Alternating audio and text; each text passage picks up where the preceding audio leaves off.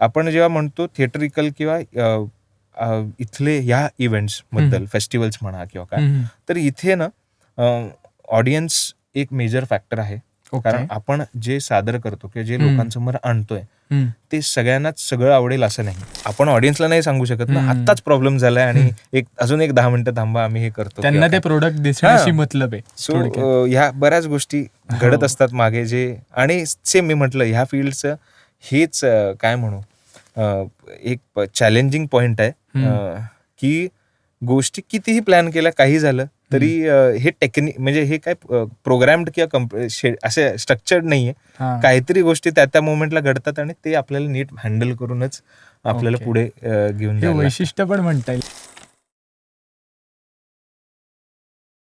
नमस्कार, मी शंतनू वेल्हाळ. स्वरसाद स्टुडिओज निर्मित पॉडकास्ट सिरीजमध्ये तुम्हा सर्वांचं मनपूर्वक स्वागत करतो.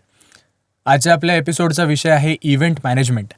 तर कोणताही कार्यक्रम असेल किंवा इव्हेंट असेल तो उभं करण्यासाठी त्याच्या मागचं मॅनेजमेंट काय असतं, त्यानंतर त्याला लागणारी पूर्वतयारी आणि सोबतच जे आपण व्यवस्थापन म्हणतो मराठीमध्ये, तर ह्या सगळ्याची प्रोसेस नक्की काय आणि त्याच्यामागे काय कष्ट असतात, काय अनुभव येतात, तर याविषयी आजच्या आपल्या सगळ्या गप्पा असणार आहेत पडद्यामागचे या शोमध्ये. तर याचसाठी आज आपल्यासोबत उपस्थित आहे कुशल खोत. हाय, कुशल, तुझं मनपूर्वक स्वागत थँक्यू शोमध्ये. कुशलची अगदी थोडक्यात ओळख करून द्यायची झाली तर वाईड विंग्स मीडिया या मोठ्या मीडिया कंपनीचा तो मीडिया हेड म्हणून काम करतो आणि सोबतच भारतामध्ये आणि भारताबाहेर सुद्धा अनेक इव्हेंट्स मॅनेज करणं, ऑर्गनाईज करणं आणि संबंध व्यवस्थापन ह्या प्रोसेसमध्ये तो इन्व्हॉल्व्ड असतो. तर आपण गप्पांना सुरुवात करूयात. अगदी सुरुवातीला कुशल, ह्या फील्डकडे तसं पाहायला गेलं तर आता त्याला कमर्शियल स्वरूप आलेलं आहे, पण या फील्डकडे तू ॲक्च्युली कसा वळालास? खरं तर कॉलेजमध्ये म्हणजे मी मूळचा बेळगावचा. ओके. सो बेळगाववरनं म्हणजे आईचं हे माहेर. सो आधीपासून आम्ही सुट्टीमध्ये इथे पुण्यात यायचो. सो तेव्हापासून पुण्याचं जरा अट्रॅक्शन होतं. ओके. आणि मग नंतर 10वी नंतर ठरवलं की बाबा पुण्यात येऊन पुढचं शिक्षण घेऊयात. ओके. तो त्याच्या मागचा तेव्हा एक हेतू हा पण होता की पुण्यात एक्स्ट्रा करिक्युलर ऍक्टिव्हिटीजला जास्त स्कोप आहे. बरोबर. बऱ्याच गोष्टी शिकता येईल, बघता येईल, एक्सपिरियन्स घेता येईल. सो ह्या उद्देशाने मी 10वी नंतर पुण्यात आलो. पुण्यात पहिले SP कॉलेज आणि मग म्हणजे तिथलं 11वी-12वी झाली माझी. तेव्हा ही कॉलेजमध्ये असताना मग कला मंडळ एक नव्याने मला इथे गोष्ट म्हणजे कळाली. कारण तिथे आधी शाळेत तर ह्या गोष्टी अशा नव्हत्या. ऑलरेडी कॉलेजचे कॉम्पिटिशन, शाळेचे कॉम्पिटिशन्स आणि ह्याच्यात सगळीकडे भाग घ्यायचो. बट इथे आल्यावर त्याचं एक काय म्हणू अट्रॅक्शन म्हणा, फॅसिनेशन म्हणा की ह्याच्यात आपण भाग घ्यावा, ह्याच्यात आपण काहीतरी कॉलेजच्या ऍक्टिव्हिटीजमध्ये सहभाग स्पर्धा. सो त्याच्यामुळे SP मध्ये पहिल्या वर्षी म्हणजे 11वी-12वी मध्ये मी मुडा आपली जी इथली मोठी स्पर्धा असते मुंबईत होते. सो तेव्हा तिथे भाग घेतला. पुण्यातल्या बऱ्याच वेगवेगळ्या स्पर्धेत भाग घेतला टीममधनं. सो असं एक तेव्हा ते अट्रॅक्शन होतं किंवा अजून काहीतरी आपल्यातला आर्ट फॉर्म कुठला आपण प्रेझेंट करू शकतो, काय करू शकतो अशा ह्याने तेव्हा डोक्यात होतं आणि त्यामुळे तो इंटरेस्ट वाढला ह्या फील्डकडे. आणि मग नंतर मी आबासाहेब गरवारेमध्ये कम्प्युटर सायन्स करायला काय ग्रॅज्युएशन म्हणून तेव्हा तिथे आलो आणि तिथे मग सेम कला मंडळ आपण जॉईन करूयात आणि ऍक्टिव्हिटीज तिथले काय आहेत. मग तेव्हा आपलं वर्ष सुरू होतं. तेव्हा सुमन नाट्यवाचन स्पर्धा असायची, मग पुरुषोत्तम आहे. तर ह्या सगळ्यातनं थोडं थोडं कुठे ना कुठेतरी भाग घेत मी पुढे आलो. खूप ऍक्टिव्ह म्हणजे काय म्हणू, मी कलाकार म्हणून स्टेजवरचा माणूस नव्हतो. छोटे मोठे काहीतरी त्याच्यातलं काही रोल असेल किंवा बॅकस्टेज मॅनेजमेंट म्हणा आणि ह्याच्यात जास्त इंटरेस्ट होता. सो ते करत तेव्हा माझे काही मित्र होते, आम्ही मिळून एक आमचा ड्रीम्स टू रियालिटी म्हणून एक ग्रुप म्हणून एक कंपनी छोटी एक तेव्हा फॉर्म केली आणि त्याच्या अंडर आम्ही पहिला विषय किंवा हेतू असा होता की जे आता पुरुषोत्तम मध्ये बरीच नाटकं होतात, 50-51 नाटकं होतात, त्यातली 9च फायनलला जातात आणि उरलेली नाटकांना प्लॅटफॉर्म मिळत नाही किंवा आमच्या त्या काळी, हे 2009 सालीचं सांगतोय जेव्हा आम्ही सुरू केलं, तर तेव्हा खूप मेहनत सगळेच घेतात. 19-20 फरकाने पुढे मागे होऊन 9 फायनलला जातात. त्यातनं 9 जे गेले ते सोडून उरलेली पण नाटकं चांगली असतात. आणि हे बरोबर. आमचा स्वतःचा एक्सपिरियन्स होता, कारण आम्ही कॉलेजमध्ये करताना 1 वर्ष आम्ही नवात गेलो होतो, 1 वर्ष गेलो नाही. सो तो इनडिफरन्स वागण्यामध्ये सगळ्यांच्या अवतीभोवती जरासं जाणवतो, लक्षात येतं. बरोबर. आणि बाबा मेहनत चांगली होती, प्रयत्न चांगले होते, बट काही थोड्याफार फरकाने आम्ही पुढे जाऊ शकलो नाही. इतरांना सुद्धा संधी. सो दुसऱ्यांना एक प्लॅटफॉर्म देऊ शकतो का आपण, किंवा चांगले नाटकं जी त्याच्या स्पर्धेत झाली ती पुढे येऊ शकतात का? कारण एक प्रॉब्लेम तेव्हा असा असायचा, खूप कॉलेजेसकडे त्यांचे हॉल्स नसायचे, जे आता बऱ्यापैकी आहेत. बरोबर. आणि मग ते नाटक तेवढ्यापुरतच सीमित राहायचं. म्हणजे नावात नाही गेलं की मग ते नाही चांगलं, नाही तुम्ही जिंकला नाहीत, पुढे गेला नाहीत, सो मग ते नाटक तिथेच संपायचं. बरोबर. पुढच्या स्पर्धा जे आता पण बऱ्यापैकी वेगवेगळ्या स्पर्धा आलेत, लोक काय करतात, तेच नाटक वेगवेगळ्या स्पर्धांमध्ये उतरवतात आणि कुठे ना कुठेतरी काहीतरी त्याला रेकग्निशन मिळतं, ते चांगलं असेल तर. सो तेव्हा ते एवढं नव्हतं. सो आम्ही अभिव्यक्त ह्या नावाखाली एक उपक्रम तेव्हा सुरू केला, हा 2009 साली. आणि ही सुरुवात होती आमची, म्हणजे मॅनेजमेंट म्हणून त्या क्षेत्रात. सो ऑफिशियल अशी. सो त्याच्या अंडर आम्ही नवात न गेलेली अशी 3 चांगली नाटकं निवडून आम्ही त्या ह्या ऍक्टिव्हिटी अंडर लोकांसमोर आणायचो, जनरल ऑडियन्स समोर. ओके, म्हणजे इथून तुझी सुरुवात ऍक्च्युअली झाली इव्हेंट मॅनेजमेंटकडे. बरोबर. राईट. आता इव्हेंट मॅनेजमेंट म्हटल्यानंतर तशी पाहायला गेलं तर ही संकल्पना आधीपासून आहे, पण याला मी मगाशी जसा उल्लेख केला की कमर्शियल स्वरूप याला आत्ता यायला लागलं. तर या प्रोसेसमध्ये तुला ते कधी जाणवलं की याला बाबा तेवढं कमर्शियल आहे रूप, म्हणजे देऊ शकतो आपण त्याला? खरं तर जेव्हा आम्ही सुरू केलं तेव्हा हा उद्देश क्लिअर होता की ही सोशल ऍक्टिव्हिटी नाहीये, याला काहीतरी कमर्शियल व्हॅल्यू असेल आणि तो ठेवूयात. फक्त त्याचं प्रमाण आपण डिफाईन करू शकतो. म्हणजे हे मोठ्या इव्हेंट सारखंच हे झालं पाहिजे आणि तसंच त्या पद्धतीने त्याच्यातनं पैसे आले पाहिजेत, हा चुकूनही हेतू नव्हता. आम्ही जे काही कॉलेजला होतो, सो हे उरलेल्या वेळातली ही ऍक्टिव्हिटी होती आणि त्याच्याने ते चालवायचं, शनिवार रविवार शक्यतो आपण म्हटलं तर. आणि मग ही एक ऍक्टिव्हिटी झाली, एक फोटोग्राफी कॉम्पिटिशन आणि एक्झिबिशन आम्ही घ्यायला लागलो, किंवा असे छोट्या छोट्या ऍक्टिव्हिटीज करायला लागलो. सो खरं तर त्याला कमर्शियल स्वरूप लोकांमुळे पण आलं, कारण आपण हे वेगवेगळ्या ऍक्टिव्हिटीज, वेगवेगळे एक्सपेरिमेंट्स करायला लागल्यावरती त्याला ऑडियन्सचा येणारा रिस्पॉन्स, बरोबर, हे जेव्हा चांगलं व्हायला लागलं, चांगलं दिसायला लागला, की मग त्याला एक व्हॅल्यू ॲडिशन आपण म्हणतो ना, सो तसं त्याच्यात प्रत्येक ऍक्टिव्हिटी, प्रत्येक शो मधनं मिळायला लागली. आणि मग त्याला एक कमर्शियल स्वरूप, ओके ह्याच्यातनंही 4 गोष्टी आपण नीट चांगल्या चिकाटीने, जिद्दीने केल्या, चांगल्या गोष्टी लोकांसमोर आणल्या, तर त्याला त्याला काय रिस्पॉन्सही चांगला मिळतो आणि तो कमर्शियल स्वरूपातही मिळू शकतो. हा एक विचार होता. आणि हे दिस वॉज लॉंग बॅक. म्हणजे आता खरंच आत्ताच्या ह्याला खूप वेगवेगळे ग्रुप्स बनलेत. म्हणजे आता तेव्हा कॉलेजच्या संस्था असायच्या आणि त्यांचे ते नाट्यप्रयोग करायचे, बट आता बऱ्यापैकी कॉलेजच्या संस्थांचेच वेगवेगळे ग्रुप्स झालेत, ते बाहेर वेगवेगळे ऍक्टिव्हिटीज करतात. 2-3 म्हणजे हे खूप यावेळेला आता बघायला पण चांगलं मिळतं की 2-3 कॉलेजेस मिळून त्यांचे एक नाटकं घेऊन ते इव्हेंट स्वरूपात लावतात, प्रयोग लावतात आणि तिकीट विक्री होते, चांगला त्याला रिस्पॉन्स येतो. सो हे तेव्हा खूप नवीन होतं. आणि खरं तर इव्हेंट मॅनेजमेंट म्हणजे आपण काहीतरी हे करतोय तेव्हा, कारण एवढे खूप संस्था किंवा खूप लोक पण नव्हती की असे गोष्टी करायचे. म्हणजे नाट्य संस्था होत्या, ते त्यांची नाटकं एकत्र येऊन बसवायचे, करायचे आणि त्याचे प्रयोग लावायचे, बट कोणीतरी मॅनेज करतंय. तर हे तेव्हा खूप नवीन होतं आम्हाला. आणि आम्ही पण प्रत्येक गोष्टीतनं शिकत गेलो. म्हणजे पहिला अगदी चांगला मोठा ब्रेक म्हणायचा तर आम्हाला सुनील बर्वेंचा सुबक हार्बेरियम हा उपक्रम होता.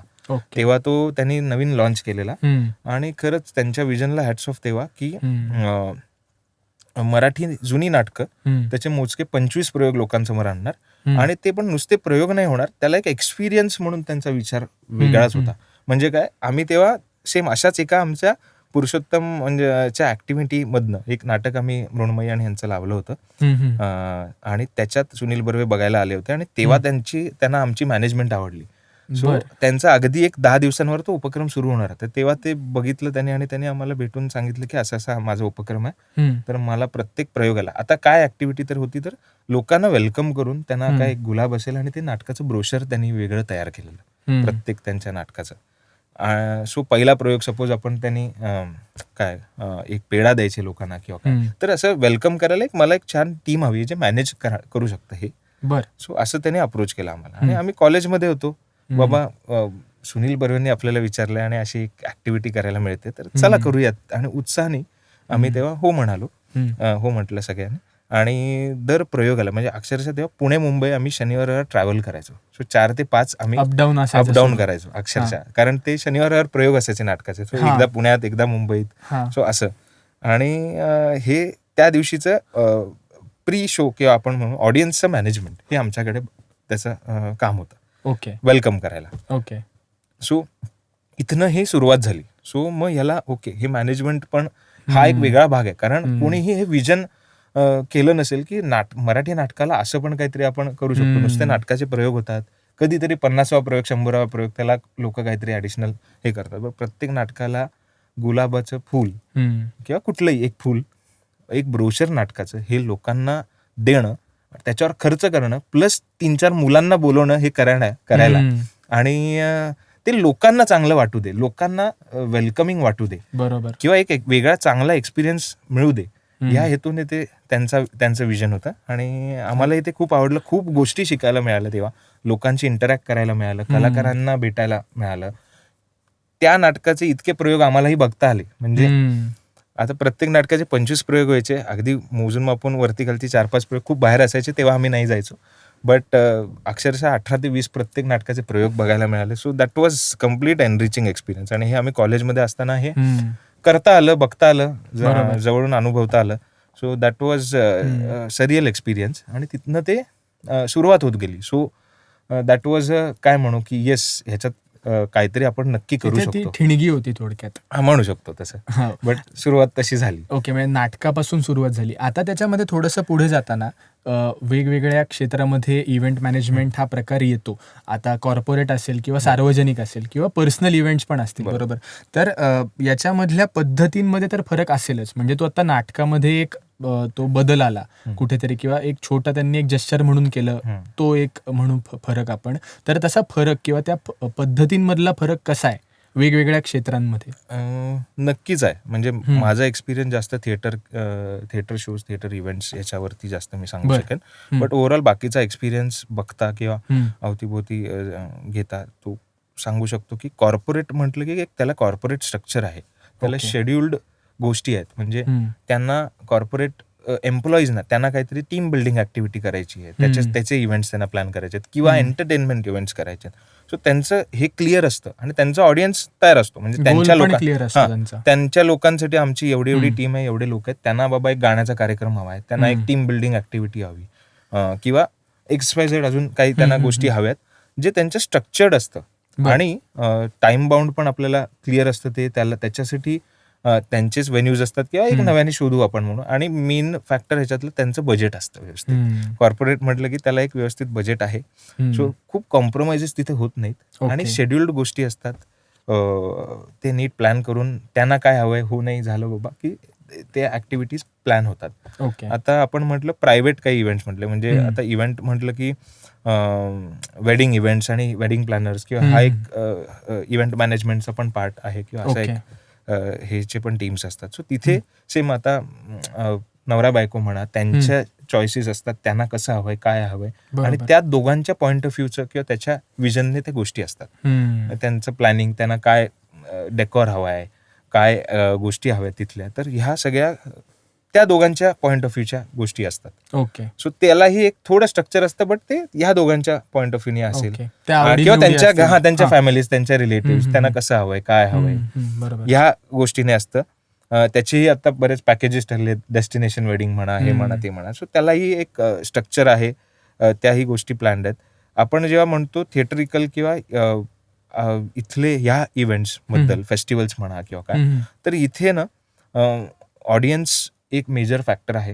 कारण आपण जे सादर करतो किंवा जे लोकांसमोर आणतोय ते सगळ्यांनाच सगळं आवडेल असं नाही. सगळ्यांचे चॉईसेस वेगवेगळे असतात. प्लस इथे आर्टिस्ट पॉइंट ऑफ व्ह्यूचा पण एक भाग असतो मेजर. आणि हे कसं म्हणू, हे शुअर शॉट आपण नवीन नवीन आयडियाज, क्रिएशन्स नवीन लोकांसमोर आणतो, तर वी आर ऑल्सो स्केप्टिकल की हे कसं रिसीव्ह होईल, कसं आवडेल. आणि हे सगळे एक्सपेरिमेंट्स असतात. म्हणून नाटकाच्या याला आपण प्रयोग म्हणतो. आजचा प्रयोग किंवा आजचा काहीतरी एक्सपेरिमेंट आहे त्याच्यामध्ये, हे एक्सपेरिमेंट थ्रू आउट चालू असतं. बरोबर. सो त्याचं गेज आपण करू शकतो एक्सपिरियन्सनेच आणि सातत्याने, लोकांच्या रिस्पॉन्सने, त्यांच्या फीडबॅकने, लोक म्हणा आणि आर्टिस्ट दोन्ही साईड. सो हे जे तिन्ही आपण मीडियम्स म्हणतोय किंवा आता हे त्याचे कम्प्लीट वेगळे फॉर्म्स आहेत. येस, गोष्टी त्यातले काही प्लॅन्ड असू शकतात, सिमिलर असू शकतात, बट येस पर्स्पेक्टिव्ह कोणाचा तर आपण आता मी जसं म्हटलं की आर्टिस्टिक पॉइंट ऑफ व्ह्यू इथला पर्स्पेक्टिव्ह वेगवेगळा असू शकतो.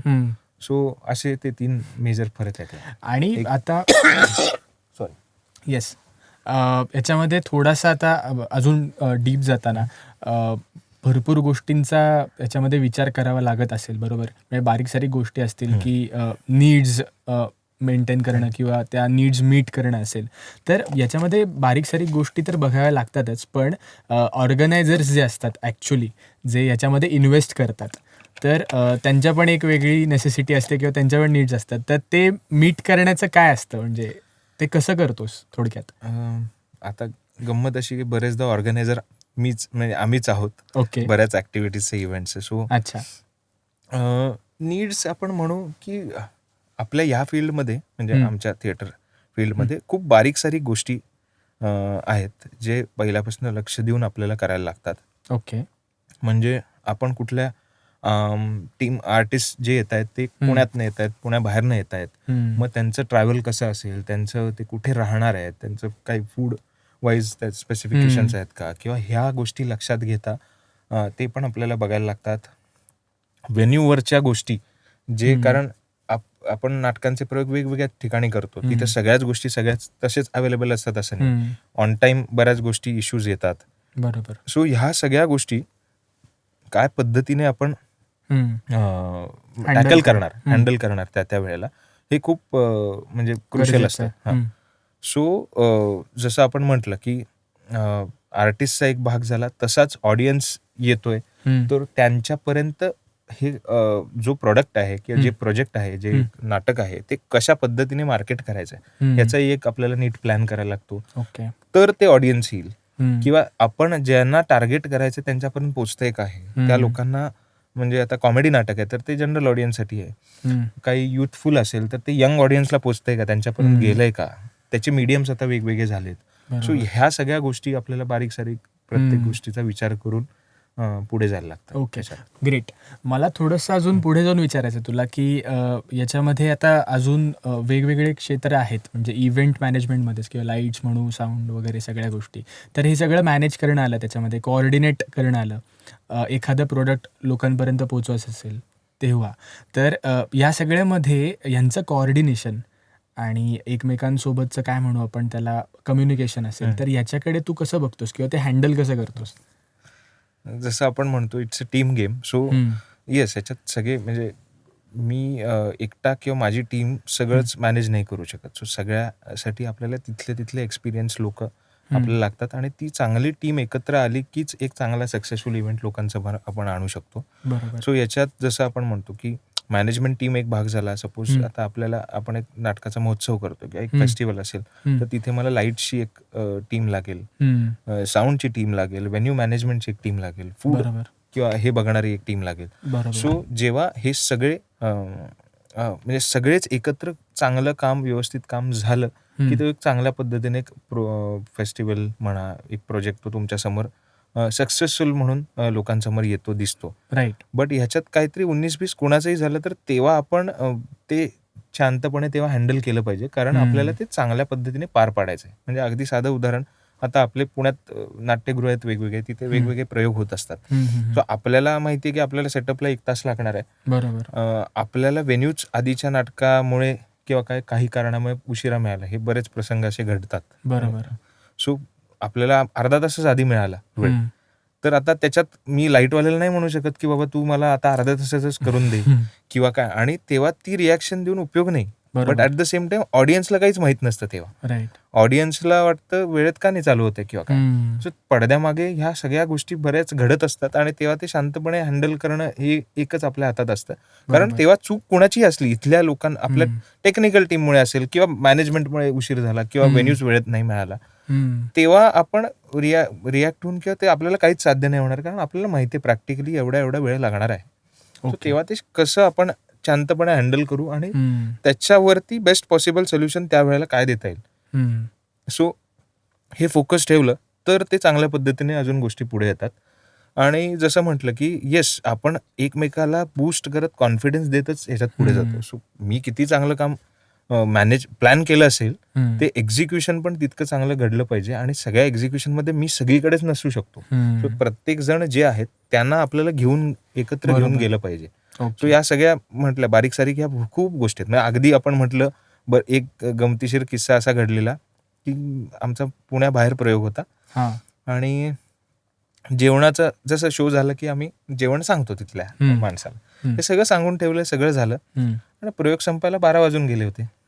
आणि 12 नंतर आम्ही फोन करतोय त्या माणसाला, तो फोन उचलत नाहीये. आणि तिथे आम्ही असं होतं की तिथे जेवण पण अवेलेबल होऊ शकत नव्हतं त्यावेळेला.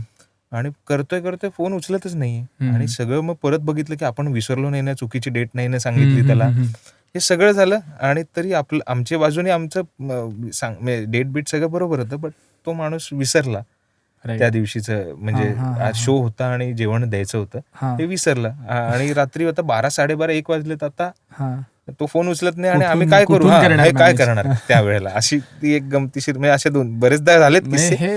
बट आता सपोज पुण्यात असेल तर आपण काहीतरी मॅनेज करू शकतो. आपण दुसरीकडे असू तर मग काय होतं, तेव्हा आर्टिस्टना वाटतं की भले आपली किती ओळखीची असली, अरे आता एवढं परफॉर्मन्स झालं, हे झालं, आता हे कसं काय तुम्ही मिस केलं.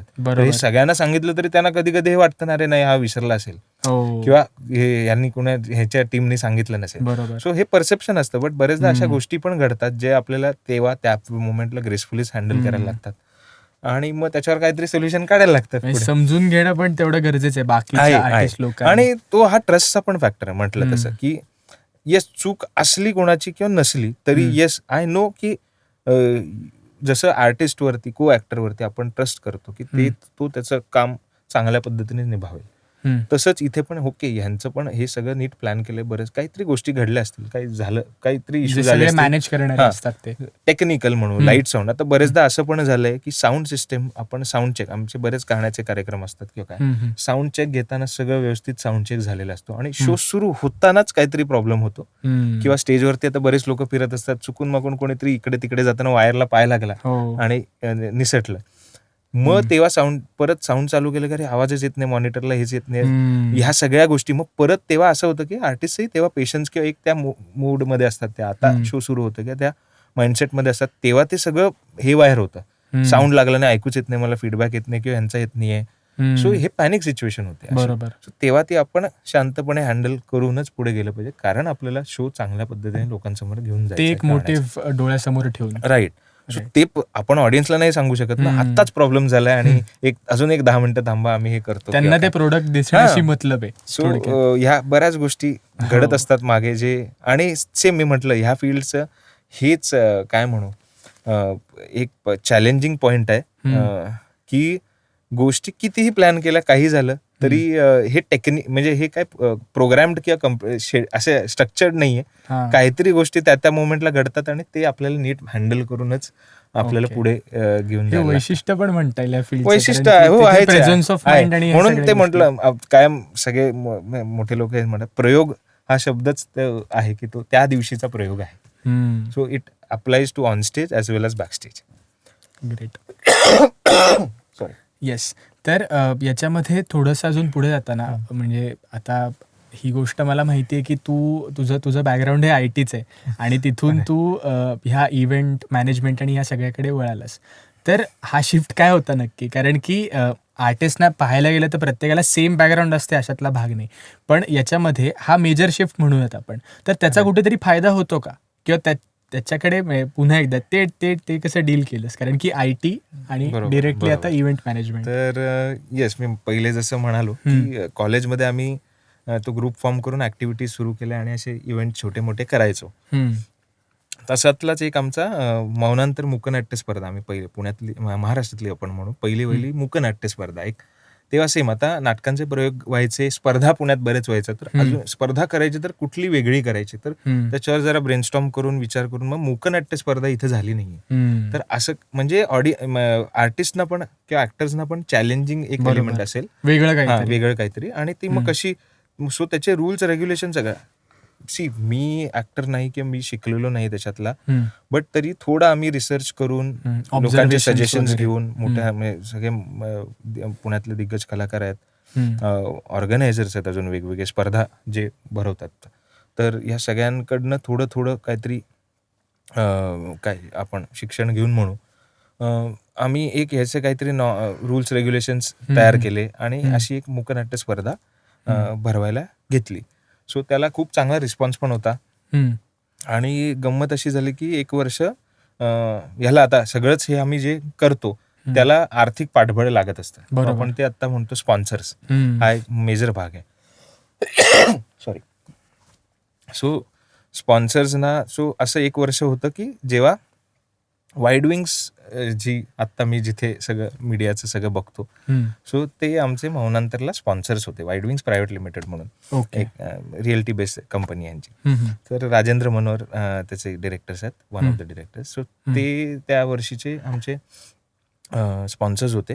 सो ती स्पर्धा घेतली आम्ही, खूप चांगली पार पडली. त्यांना खूप नियोजन आवडलं आणि सेम जसं आधीचं एक ह्याचं घडलेलं तसं. सो हे आणि हे दिस वॉज डाऊन द लाईन. मी काय म्हणू, मी IT कम्प्युटर सायन्स केलेला माणूस आहे आणि मी डेटा अनालिसिस या फील्डमध्ये होतो. 4 वर्ष जॉब करत होतो आणि पॅरलल शनिवार सुट्टी असायची, त्याच्यात हे सगळे जे आपली हाऊस होती ती इव्हेंट शोज ह्याच्यात सगळं करायचं. ओके. सो ही 2014 सालाची गोष्ट आहे. तेव्हा ते मौनांतर स्पर्धा पार पडली. सो यांना ओव्हरऑल यांना मॅनेजमेंट आणि हे सगळं आवडलं. आणि आफ्टर द इव्हेंट आमची एक नंतर मीटिंग पण झाली, कसं वाटलं काय वाटलं हे सगळं झालं. आणि ते म्हटले तुम्ही हे सगळं चांगलं खूप चांगल्या पद्धतीने केलं, हे असंच काहीतरी मोठं आणि कंटिन्यू करायला आवडेल का. सो तिथे एक काय म्हणू, एक ब्रेक म्हणू एक मिळायचा किंवा. सो दे अप्रोच्ड मी की बाबा असं त्यांना इच्छा आहे की वाईड विंग्स मीडिया म्हणजे मीडिया डिपार्टमेंट किंवा मीडिया सेक्शन त्यांना एक सुरू करायचं आहे आणि त्याच्यासाठी मग आर यू इंटरेस्टेड, कारण तू आता एवढे वेगवेगळे ऍक्टिव्हिटीज करतोस, सो असं काही तुला फुलफ्लेज करायची इच्छा आहे का, विचार आहे का. सो असा हे डिस्कशन पहिले इनिशियल होतं. मग नंतर मीही विचार केला, कारण ऍक्टिव्हिटी इंटरेस्ट खूप होतं ह्या साईडला. आणि तोपर्यंत करत करत 4 गोष्टी हे माहिती होतं की येस ह्याच्यातनं काय कमर्शियल आपण काहीतरी व्हॅल्यू सेट करू शकतो. ती खूप मोठ्या प्रमाणात नसेल, बट येस त्याला असं नाही की जे आधीच्या काळात खूप हाऊसच आहे आणि काहीतरी करतोय, ह्याच्यापेक्षा ह्याला एक काहीतरी स्ट्रक्चर्ड पॉइंट ऑफ व्ह्यूनी केलं तर ह्याच्यात पण करिअर आहे. Okay. So that was a big turning point म्हणू. 2015 साली मी वाईड विंग्स जॉईन केलं आणि तेव्हापासून आता तिथलं सगळं मीडिया डिपार्टमेंट, मीडियाचं काम मी बघतो. आणि that was a big turning point असं म्हटल्यासारखं, की कारण वी मेजर एक सेटल्ड जॉब म्हणू, जे पुढेही अजून ग्रो होईल, कंटिन्यू होईल हे म्हणजे लक्षात होतं.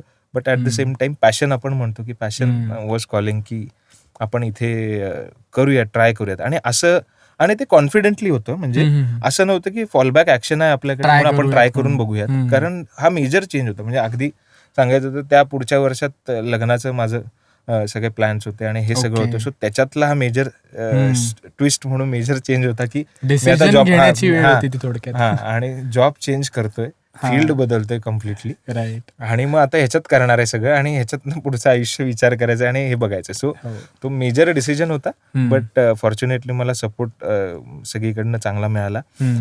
आणि that was a turning point म्हणू, कारण आफ्टर दॅट येस हा काय आपले चॅलेंजेस थ्रू आउट असतात.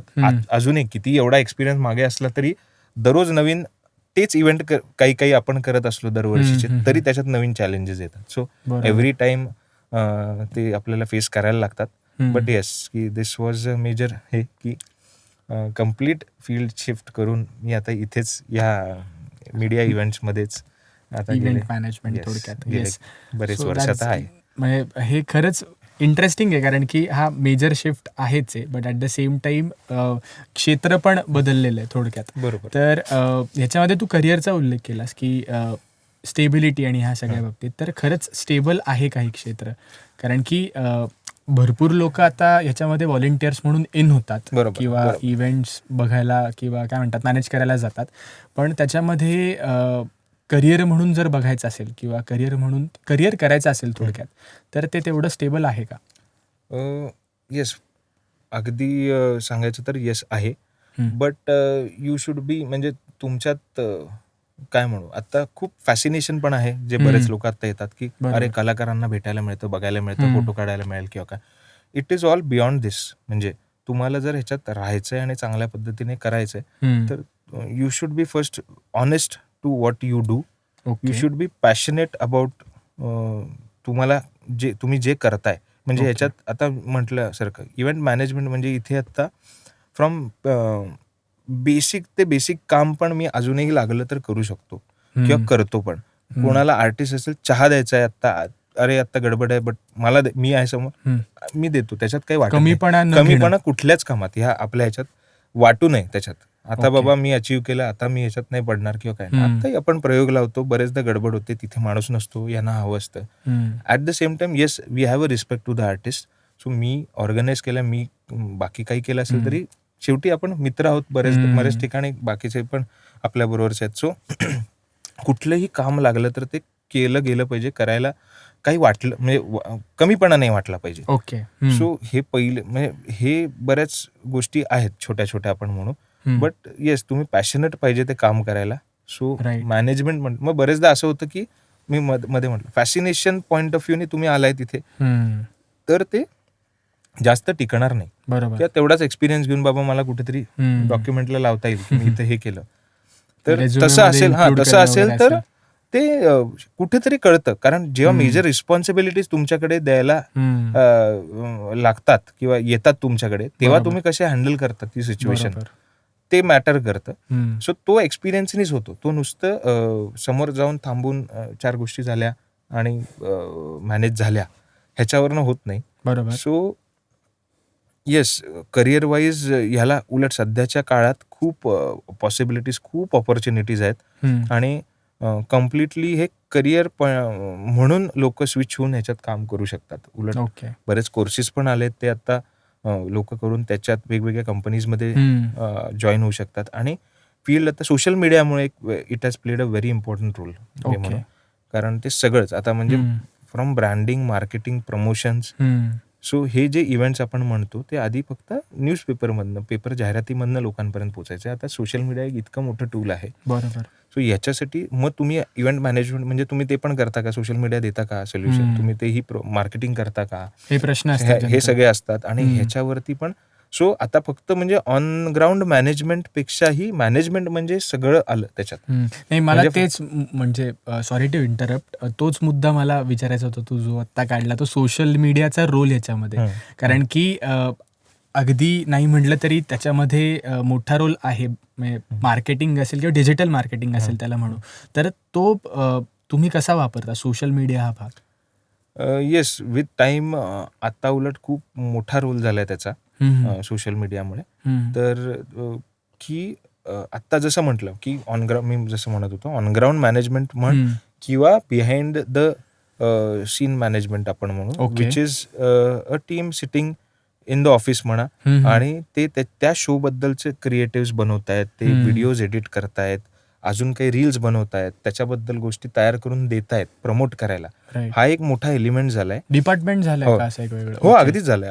आणि आम्ही पण आता वेगळे शोज करतो, त्याच्यावर वेळ द्यायला लागतो. त्याच्यावर तुम्हाला म्हणजे आता फक्त शो मॅनेजमेंट करायचं आणि जाहिरात दिली ह्याच्यापेक्षा इथं कसं प्रमोट होतंय, लोकांपर्यंत पोहोचतोय का.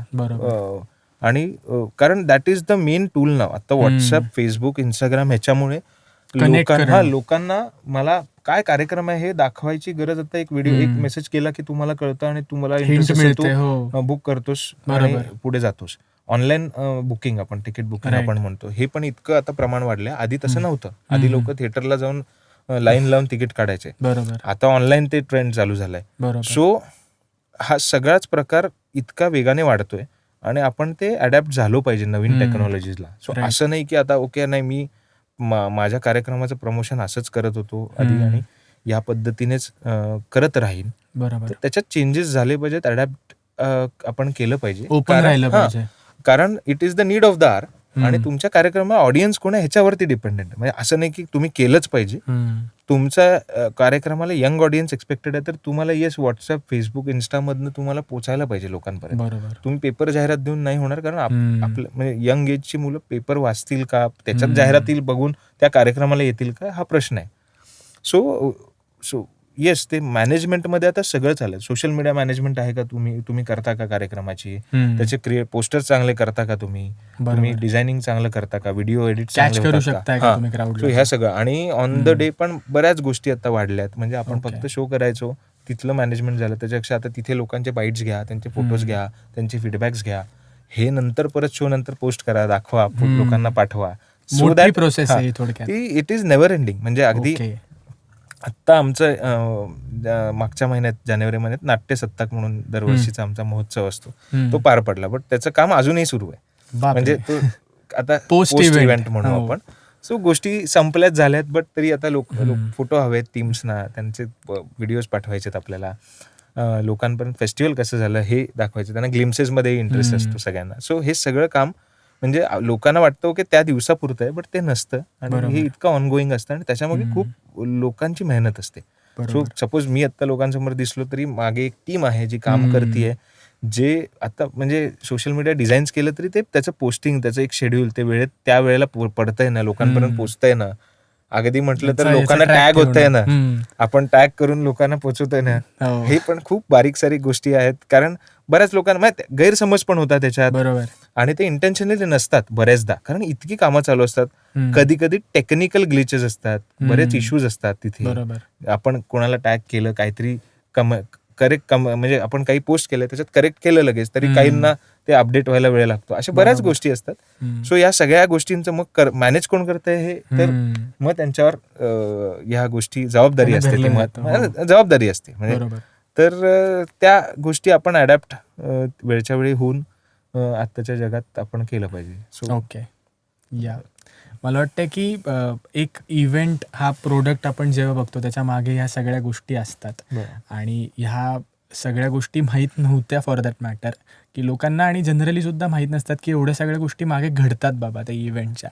आणि खरंच खूप हे इंटरेस्टिंग होतं तू जे काही सांगितलंस ते, कारण की तुझा स्वतःचा शिफ्ट असेल आणि ॲट द सेम टाईम की एखादा इव्हेंट उभं राहण्यासाठी ते कोऑर्डिनेशन जे लागतं आणि हे सगळे जे अनुभव असतात प्रोसेसमधले, हे खूप गरजेचे आहेत, कारण की हे सहसा लोकांना माहीत पण नसतात आणि जाणून पण घेत नाहीत. तुझं खूप खूप धन्यवाद कुशल, तू इतक्या मनापासून बोललास आणि ॲट द सेम टाईम अशा गोष्टी सांगितल्यास की ज्या आता येऊ पाहत आहेत जी लोक या फील्डमध्ये, त्यांच्यासाठी उपयोगी ठरतील. आणि एक त्याच्यात ऍड करायचं झालं तर शुअर आपण जसं म्हणतो की ऑनेस्टी ही खूप महत्वाची गोष्ट आहे ह्याच्यात. राईट. तुम्हाला कितपत काम येतंय आणि नाही येत ह्याच्याबद्दल पण असेल तरी चालेल ह्या फील्डमध्ये. कारण आणि फायनान्शियल ऑनेस्टी पण एक खूप महत्वाची गोष्ट आहे ह्याच्यात, की आपण प्रत्येकाचं म्हणजे कुणाची डिपार्टमेंट असलं त्याचं काम रिस्पेक्टफुली ऑनर केलं पाहिजे. सो आणि फायनान्शियल एवढ्यासाठीच म्हटलं की बरेचदा ह्या फील्डमध्ये ह्या गोष्टी आहेत जिथे, कारण काय म्हणून हे डॉक्युमेंटेड नाहीये. म्हणजे आपण कुठला तरी इव्हेंट करतो तर XYZ मी तुला एवढे पैसे देणार की तुझं एवढं कोटेशन आलंय, हे कन्फर्म्ड आहे हे. सो ह्याच्यात बऱ्याच गोष्टी ह्या काय ॲम्बिग्विटी असते ह्याच्यात आणि लोकांना अजून भीती आहे. बरेच लोक इव्हेंट ऑर्गनायझर्स कोणाचे पैसे डुबवतात किंवा मिळत नाहीत, हे चांगले आहेत हे वाईट आहेत की असं पण बराच समज आहे. तर हे पण खूप महत्वाची गोष्ट आहे तुमच्या क्रेडिबिलिटीला, की तुम्ही काम छोटं असलं तरी चालेल, ते नीट कम्प्लीट झालं पाहिजे टिल द एंड. म्हणजे ह्याच्यात कमर्शियल पण गोष्टी बऱ्याच असतात. ॲज इन सेम पेमेंट्स आहेत ते वेळच्या वेळी लोकांना गेल्यात ना, बरोबर ते बिल्स आलेत ना, किंवा ही ऑनेस्टी आपण जे म्हणतो team, this is a team game. So ही सगळीकडनं बोथ वेज पाहिजे. तर म्हणून, आणि मी जसं आधी म्हटलं की हा रिलेशन्सवरती खूप डिपेंडेंट आहे. तुझा एकमेकांवरचा आपला ट्रस्ट हा खूप मॅटर करतो, की मला कॉन्फिडन्स आहे की यांनी आता इव्हेंटला ओके मला सांगितलंय मी लाईट्स ह्याच्याकडनं घेतो तर माझे पैसे ह्याच्याकडनं डुबणार नाहीत, किंवा हा मला वेळेत देईल किंवा मला गरज लागेल तेव्हा हे होईल. आणि इथनं एक पीस ऑफ माइंडने आपण काम केलं आणि ट्रस्ट मेन ठेवला एकमेकांवर किंवा आहे या व्यक्तींबरोबर काम करताना, तर that will go a long वे. बरोबर. म्हणजे हे कायम मी बघतो पाळतो प्रत्येक कार्यक्रम तो किती छोटा किती मोठा असेल, कोणीही त्याच्यात इन्व्हॉल्ड असेल, साधा मॅनेजमेंटचा टीम मेंबर असेल, व्हॉलेंटियर असेल जो नवीन आलाय, ही शुड ऑल्सो नो मी इथं आलोय बाबा नुसतं हे मला राबून घेत आहेत का, मला याचं काही बेनिफिट आहे तर कुठल्या स्वरूपात आहे, कुठल्या स्वरूपात आहे, व्हॉट एव्हर, हे सगळं क्लिअर पाहिजे. Then you go a long way, you build a good team आणि बरोबर ती तुमच्याबरोबर कायम असते. ते तुमच्या डिफिकल्ट टाइम्सला थांबतात, बरोबर राहतात. राईट. आणि ही फील्ड अशीच आहे की जिथे अशाच लोकांची गरज आहे. आत्ता काम आलं, मिळालं आणि ओके बेनिफिट करून घेतला मी, पुढच्या पुढे बघू, ह्याच्याने टिकणार नाही तुम्ही किंवा पुढे जाणार नाही. फॉर्च्युनेटली म्हणजे मला जे लोक मिळाले ज्यांच्यावर काम केलंय सगळे खूप चांगले आहेत. मी पण म्हणजे आमचं ते रिलेशन खूप फ्रेंडली लेवलला आहे सगळ्यांबरोबर. सो ते हेल्दी रिलेशन आहे. बट कानावर येतं की तू पण ऐकलं असेल बरेच या फील्डमधलं, अरे इव्हेंटचं याचं नक्की नाही, ह्याच्याकडचे करू नकोस इव्हेंट्स, किंवा असे बरेचदा गोष्टी होतात. सो ती खूप महत्वाची आहे ह्याच्यात. आणि ते छोट्या माणसाकडनं, म्हणजे आपण सपोज कोणाला दिलं काही काम, काय त्या दिवशीचं प्रॉपर्टीजचं बघायचं, वी शुड ट्रस्ट दॅट की बाबा ह्या जे करतोय आणतोय ते बरोबर आहे, त्याच्यात काही गल्लत होत नाही, गफलत होत नाहीये. बरोबर. सो हा ट्रस्ट सगळ्यांवरती, फ्रॉम छोट्या माणसापासून मोठ्यापर्यंत हा ह्याच्यात पाहिजे. बरोबर. तर you go a long way आणि ते it takes you ahead. Great. मला वाटतं की पडद्यामागे या सगळ्या ज्या गोष्टी घडतात त्या बरेचदा माहीत नसतात लोकांना. की फक्त प्रोडक्ट दिसतं आणि एक इव्हेंट दिसतो, समोर होणारा प्रयोग दिसतो, पण त्याच्या मागे ह्या सगळ्या गोष्टी किती गरजेच्या आहेत ज्या तू सांगितल्यास. आणि ॲट द सेम टाईम जी प्रोसेस घडते त्या प्रोसेसमध्ये असणं आणि 100% देणं हे किती गरजेचं आहे हे सुद्धा सांगितलंस. त्यासाठी तुझं खूप खूप धन्यवाद. कारण की ह्या गोष्टी प्रोसेस वाईज आणि इव्हेंट मॅनेजमेंट म्हणजे काय हे लोकांना जनरली माहीत नसतं, पण तुझ्यामार्फत कळालं. आणि जे येऊ पाहत आहेत त्यांच्यासाठी सुद्धा हे खूप उपयुक्त आहे असं मी म्हणेन. येस असेल. येस. नाही, नक्कीच. तुम्हाला हा व्हिडिओ आवडला असेल तर व्हिडिओ नक्की लाईक करा. आमच्या स्वरसाज स्टुडिओज या चॅनलला सबस्क्राईब करा. मला तुमचे आभार मानायचे की अगदी फॉर्मली नाही, बट तरी की असा विषय किंवा असा पॉडकास्ट की पडद्यामागच्या या गोष्टी ह्या तुमच्या लोकांसमोर याव्यात. सो असा तुम्ही विचार केलात आणि हा घडून आणलात, त्यासाठी तुमचे सगळ्या टीमचे आभार. कुशलची एक कमेंट ऍड झाली आहे, त्याच्यासोबत तुझे बाकी तुमच्या सगळ्यांच्या कमेंट सुद्धा ऍड होऊ द्यात. आणि असे अनेक तुम्हाला जर पॉडकास्ट बघायचे असतील तर आमच्यासोबत कनेक्टेड राहा, इंस्टाग्रामवर सुद्धा, फेसबुकवर सुद्धा. आणि येस, दॅट्स इट. थँक्यू सगळ्यांना. धन्यवाद.